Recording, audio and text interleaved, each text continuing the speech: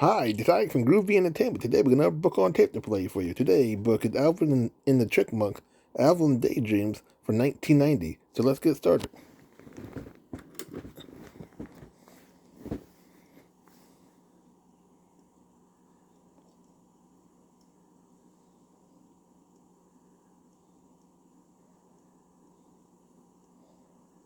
This is the golden storybook and tape called Alvin's Daydreams. Whenever you hear the sound of Alvin's harmonica, you'll know it's time to turn the page. Are you ready to begin? Find the page where you see Alvin and his brothers inside the spaceship. Deep in outer space, Alvin sat at the controls of a sleek, fast-moving spaceship. With his brothers, Simon and Theodore, at his side, Captain Alvin battled to save the universe from the evil Earlock Empire.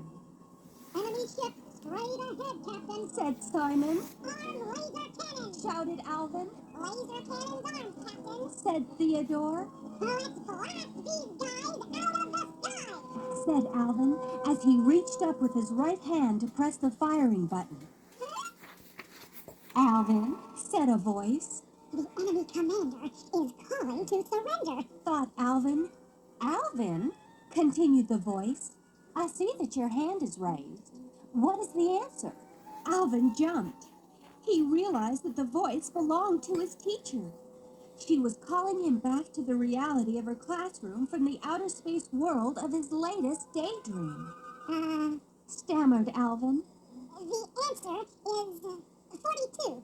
Alvin, said his teacher, we were studying geography. On the way home from school, Simon talked to his brother about his daydreaming in class.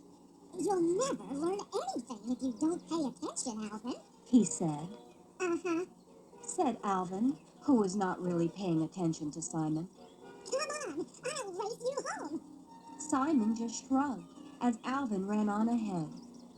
The next day, in the middle of science class, Alvin was lost in another daydream. This time he was playing in the World Series. Now batting, Boomed the announcer's voice from the loudspeaker. Alvin Seville. The crowd cheered as Alvin stepped up to the plate. The whole series depends on me. Thought Alvin. The pitcher fired the ball toward home plate. Alvin swung and belted it. It's a long drive deep to left field. Began the announcer. It's going, it's gone. A home run. Alvin Seville's clutch hit wins the World Series for the Chipsters. Alvin, are you paying attention? Asked his teacher. Please, no interviews until after I've taken a shower. Answered Alvin, still lost in his World Series daydream. The rest of the class laughed. The teacher looked at Alvin and said, Alvin, this daydreaming of yours is really becoming a problem. I'm sorry. Said Alvin. I'll pay attention from now on. But Alvin's problem just got worse. One day, he daydreamed that he was a pirate, riding the high seas in search of sunken ships and buried treasure. Ahoy, mateys! This is Long Alvin Silver, your pirate captain. He shouted. After that, he daydreamed that he was a cowboy, riding the range. Okay, partners, it's roundup time. Said Cowboy Alvin.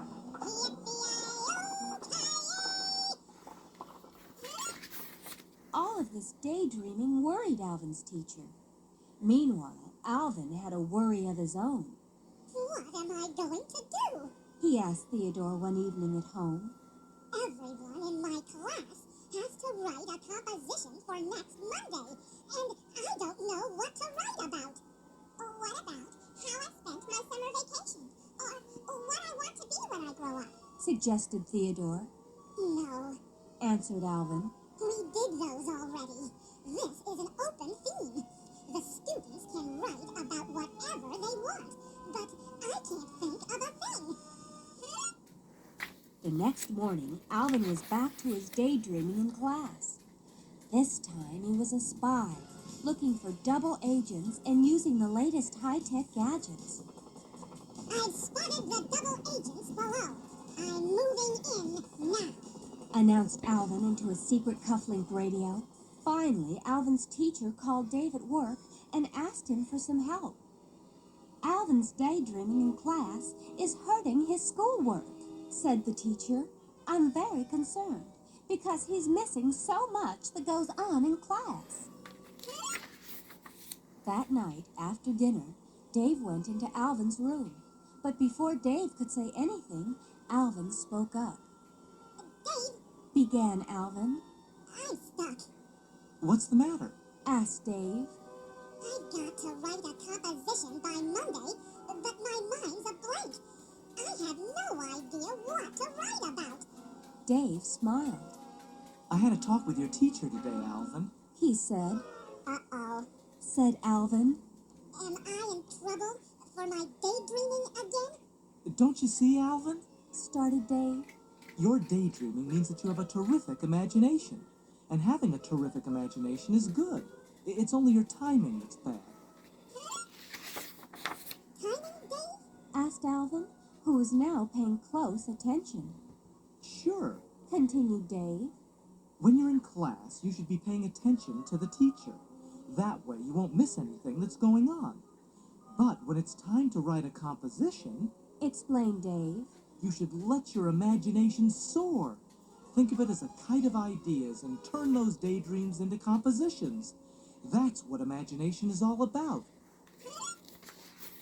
Gee, Said Alvin. I never thought anyone would be interested in my daydreams. Thanks, Dave. If you'll excuse me, I've got some writing to do.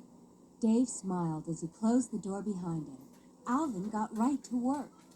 Let's see. Should I be a brain surgeon? Or a chemist? Or maybe even a prize-winning writer? Alvin spent the rest of the weekend writing adventure after adventure, each one making a fine composition. And on Monday, when his teacher asked for volunteers to read their compositions, Alvin was the first one to raise his hand.